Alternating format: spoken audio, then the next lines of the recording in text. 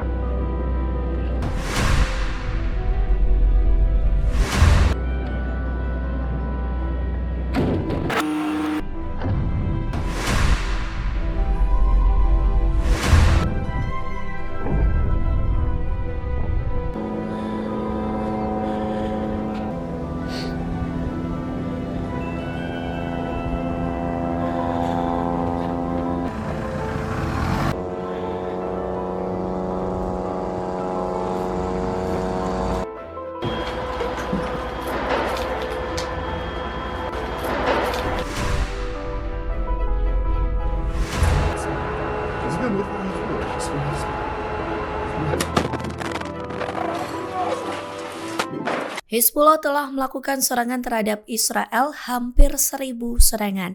Pasalnya pada Selasa 6 Februari, Hizbullah telah melakukan setidaknya 962 operasi melawan Israel sejak dimulainya operasi Banjir Al-Aqsa. Dikutip dari tribunnews.com, setidaknya Hizbullah melakukan 8 serangan setiap harinya. Namun Hizbullah pernah menyerang Israel sebanyak 26 operasi hanya dalam waktu 1 hari. Dalam grafik yang diklaim Hizbullah, masing-masing dari 22 pemukim Israel diserang sebanyak 72 kali. Sementara untuk situs militer dan perbatasan Israel lainnya telah diserang ratusan kali. Akibat serangan intens, 43 pemukim Israel dievakuasi dan 230.000 pemukim mengungsi. Pasalnya, 2 platform Iron Dome telah menjadi sasaran hingga tak bisa menangkis serangan Hizbullah. Serangan tersebut juga mengakibatkan 56 kendaraan militer hancur lebur. Rudal mematikan Hizbullah setidaknya membuat 2.000 warga Israel tewas. Kondisi ini membuat Israel berada dalam krisis di awal tahun 2024.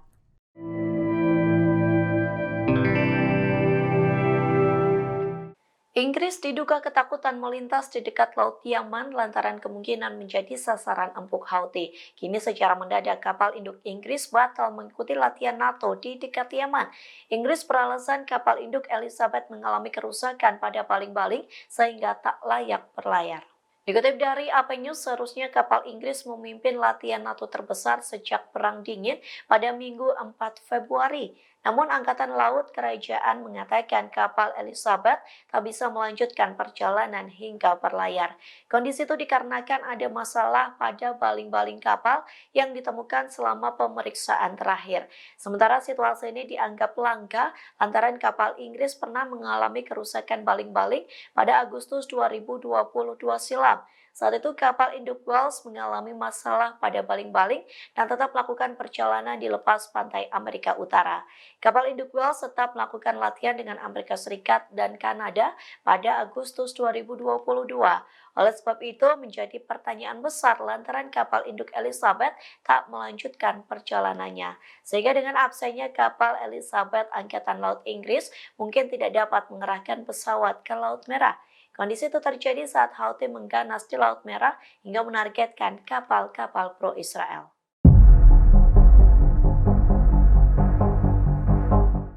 Israel sedang dibayangi ketakutan dan rasa cemas menjelang bulan suci Ramadan.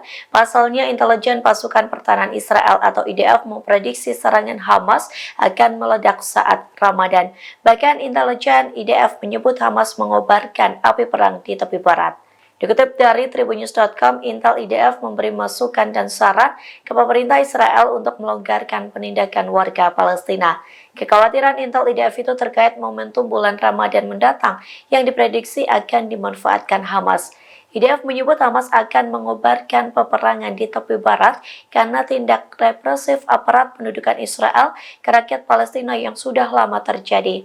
Zionis ketakutan jika hal itu memicu munculnya api perlawanan seperti yang terjadi di Gaza.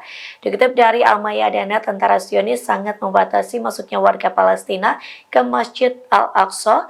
Pembatasan akses masuk ke masjid ini dilakukan Israel sering meningkatnya penindasan sistematis terhadap warga Palestina di wilayah pendudukan. Sementara kini para pejabat Israel sedang membahas pelonggaran akses dan mengizinkan pekerja Palestina masuk ke 48 titik wilayah pendudukan. Seperti yang diketahui, Ramadan akan dimulai pada awal Maret 2024.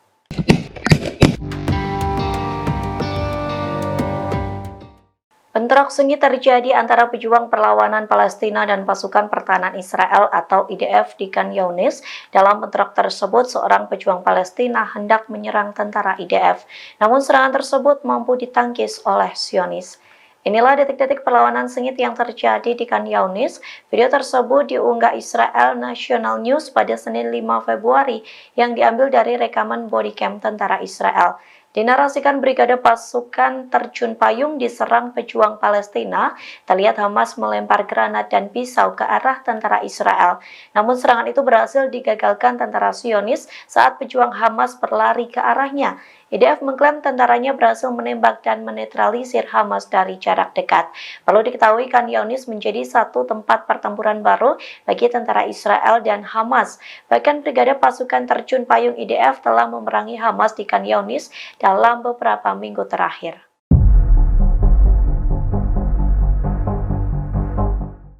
Brigade Al-Qassam mengumumkan pejuangnya telah merebut kendali drone canggih pasukan pertahanan Israel atau IDF. Drone tersebut direbut Al-Qassam saat terbang di langit kota Khan Younis. Dikutip dari Pars Today, Al-Qassam mengumumkan merebut kendali drone canggih bernama Skylark milik Israel. Hal itu terjadi saat drone Israel melakukan aksi mata-mata di barat kota Khan Younis, selatan jalur Gaza. Tak tanggung-tanggung, Al-Qassam telah menyita 8 drone Skylark milik Zionis. Perlu diketahui, drone canggih tanpa suara Skylark ini merupakan salah satu peralatan spionisme milik Israel. Harga drone tersebut dipatok sekira $50.000 Amerika Serikat per unit. Drone Skylark memiliki bobot antara 7 hingga 7,5 kg dan mampu membawa beban seberat 1,2 kg. Skylab merupakan produk perusahaan Israel yakni Elbit System yang didesain dengan teknologi canggih untuk melacak target-target bergerak. Drone kebanggaan Israel ini juga memiliki akurasi tinggi sehingga memberi dukungan yang memadai bagi Angkatan Darat. Deputi Direktur Elbit System Haim Kellerman mengumumkan bahwa permintaan dunia atas drone canggih tersebut mengalami peningkatan. Download Tribun X sekarang, menghadirkan lokal menjadi Indonesia.